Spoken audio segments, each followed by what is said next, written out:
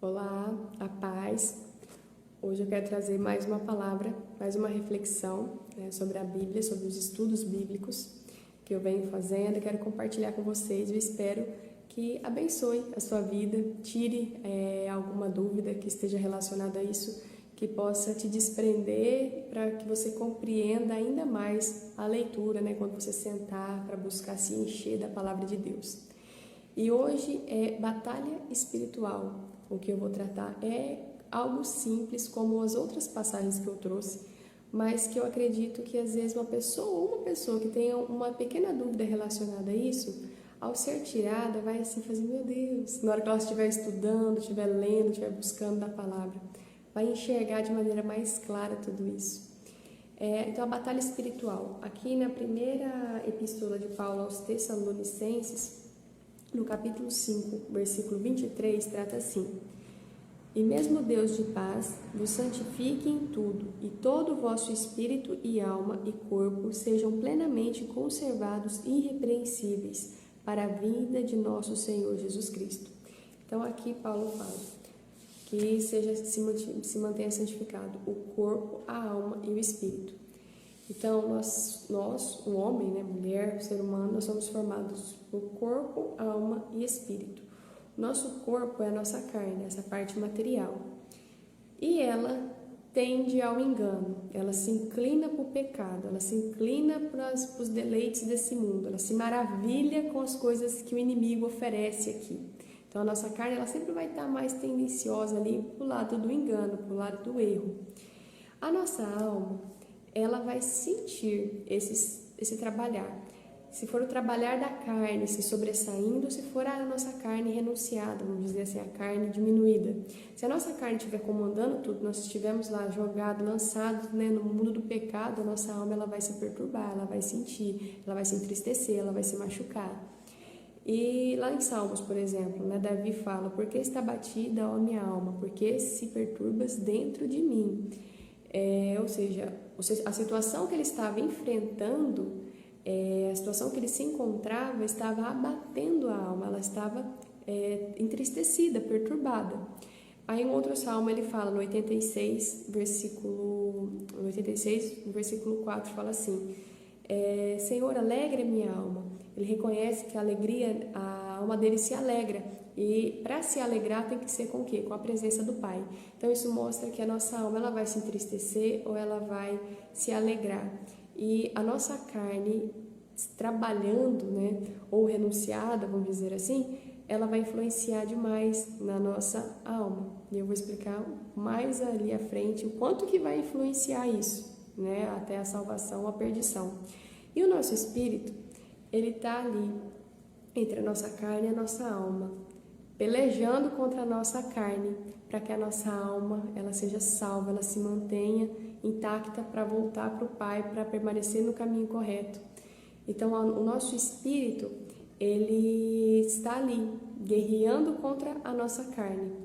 Aí em Romanos, no capítulo 8, no versículo 5 e 6, vai trazer mais ou menos isso que eu acabei de falar, sobre a inclinação da carne. Olha só: Porque os que são segundo a carne inclinam-se para as coisas da carne, mas os que são segundo o Espírito para as coisas do Espírito.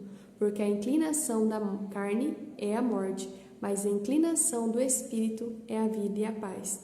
Ou seja, quando nós nos entregamos a todas as vontades da nossa carne, ela é trabalhada pelo inimigo, Nós não dizemos não a nada, a gente faz tudo que o mundo diz que é correto. Não, você pode fazer isso, você pode fazer aquilo. Então, se a nossa carne que está comandando, a nossa alma vai ser o quê? Perdida. Perdida para quem? Para o inimigo. Agora, se a morte, o salário do pecado é a morte e o sofrimento é eterno, Porque se a gente morre no pecado, a gente está pertencendo a quem? Pecou, pertence ao diabo. Se a gente morre pertencendo ao diabo, a gente vai ser de quem? A nossa alma vai ser dele. Entende? Então, se a gente vive de acordo com a inclinação da nossa carne, nós estamos pertencendo quem? Ao maligno. Agora, o espírito, ele inclina para a vida e a paz. O espírito ele vai lutar para que a nossa alma ela permaneça no Senhor, ela volte sempre para o caminho reto, o caminho correto do Senhor, para que a gente alcance depois a morada, junto do nosso Pai.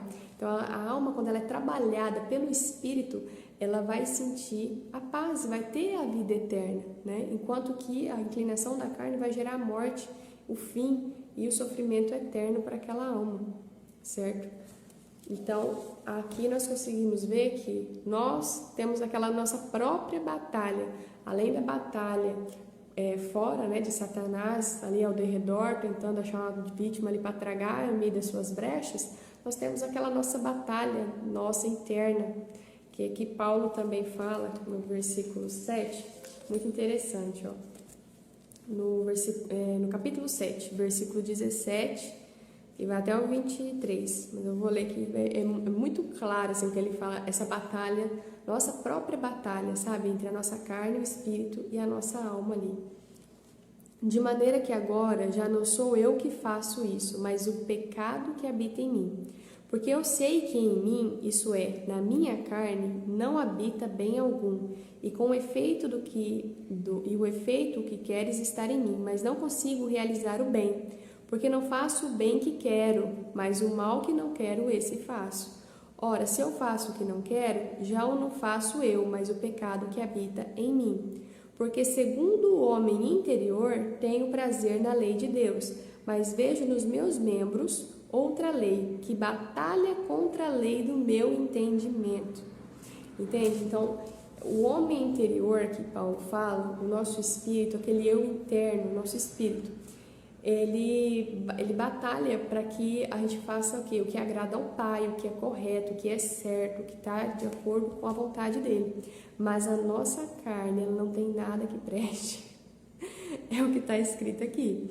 A nossa carne, ela sempre vai clamar pelo erro, ela vai clamar pelo engano, ela vai estar sempre querendo ser alimentada pelas maravilhas que o inimigo oferece, como tem bem aqui dizendo, miserável homem que sou.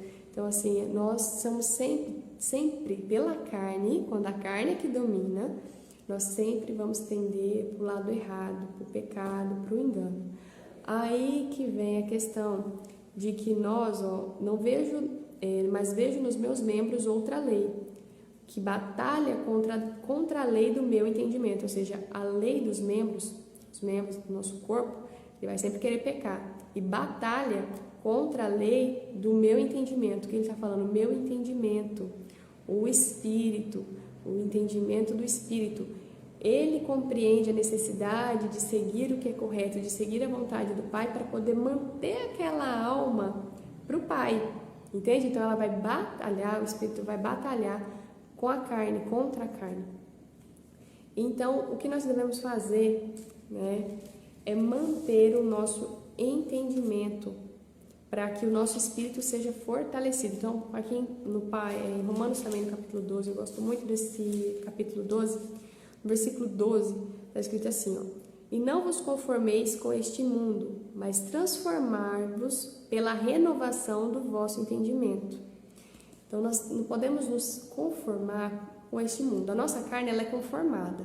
Tá tudo de cabeça para baixo, todos os valores e morais, tudo virado de cabeça para baixo. A nossa carne acha isso maravilhoso. Mas nós, o nosso entendimento, o nosso espírito, ele não quer que nós nos conformemos com esse mundo. Pelo contrário, que nós vamos sempre renovar o nosso entendimento para que ele seja fortalecido, o nosso espírito seja fortalecido, para que ele possa guerrear contra a nossa própria carne, para que a nossa carne, ela diminua, entende? E nosso espírito esteja fortalecido, comandando, para que a nossa alma, ela tenha a salvação e não a perdição.